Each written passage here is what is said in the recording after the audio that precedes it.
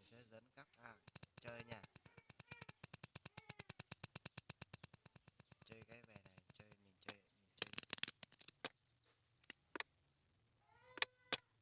đôi mười, chơi đôi heo. Đôi heo nè. Đây nha, các bạn xem nha, đi cả cái con sáo này nha. Đây nha.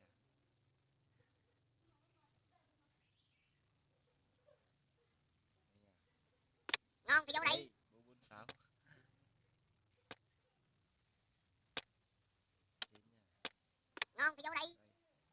Đây. Mình chơi thế này thì mình chỉ có thắng thôi chứ không có thua đâu nha.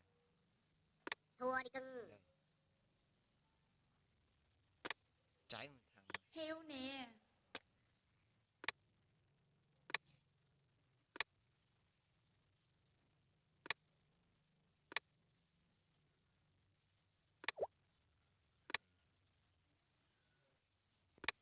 nha.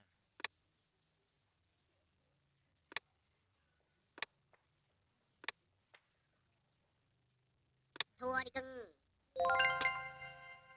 Rồi, chơi lại nha. Lần này mình sẽ thể hiện cho bạn xem nha. Cho các bạn xem nha. Đây. Mày há bưởi. Mày há Đây, bưởi. tự nhiên không có con 9 mà con 8 vẫn đi được này. Thua đi Đây. cưng. Vui chưa? Tiếp tục chơi nha.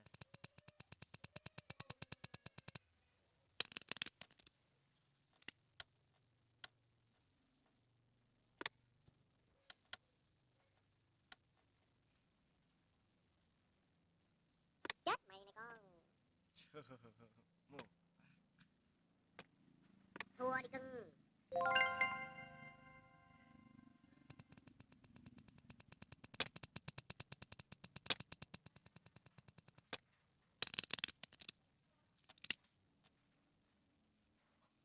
Ngon cái dấu đấy.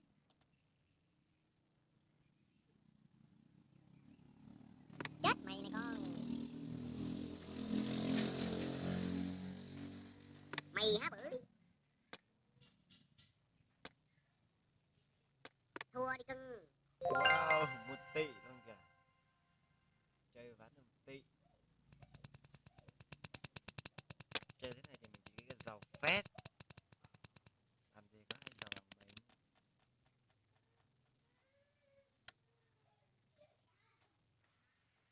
Chết mày này con. Đây, hiểu.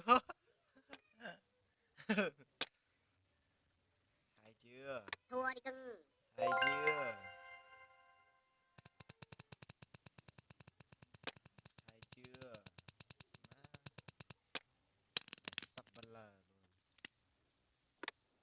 Chơi đi.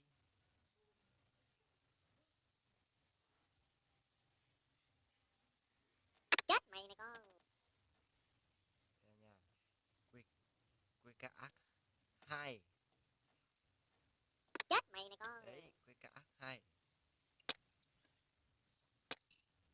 Thua đi cưng. Má, ác 2 mà vẫn đi được.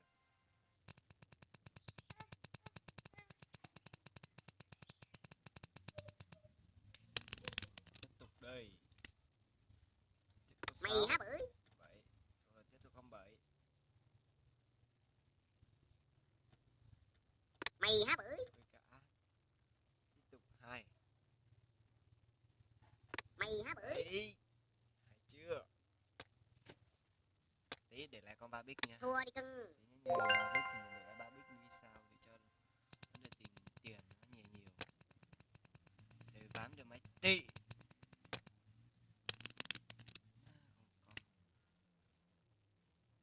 có.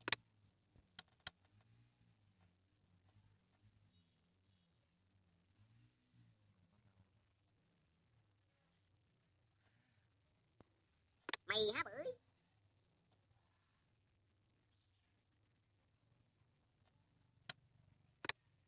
Đấy. Thua đi cưng.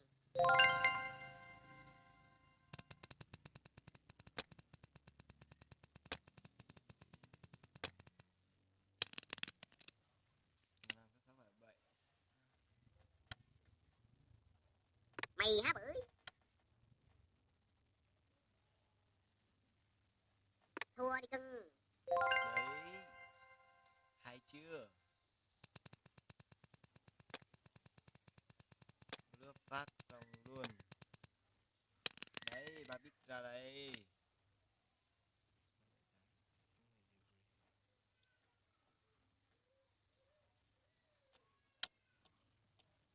Ngon thì vô đây.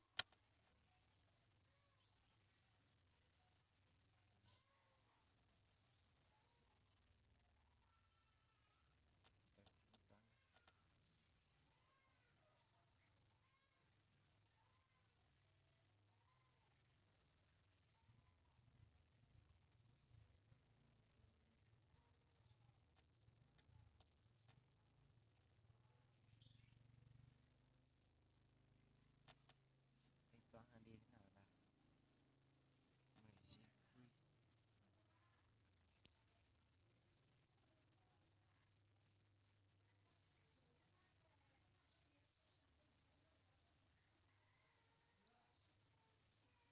Chết mày này con.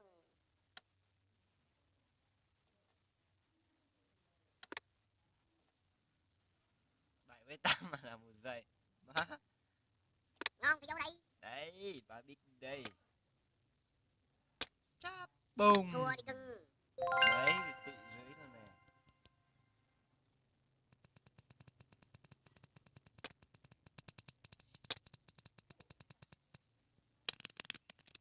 Tiếp tục ba bích đây. Chết mày này con. Chết mày này con. Chết mày này con.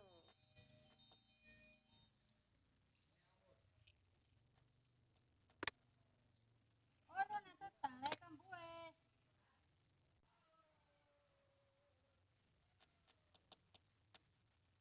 Thua đi cưng. 1,9 tỷ. Má được hai, sắp gần được 2 tỷ luôn rồi. Tiếp tục ván nữa là Trọng dừng click đây. Tiếp tục ván rồi nha anh em. Cái cuối 4 luôn kìa.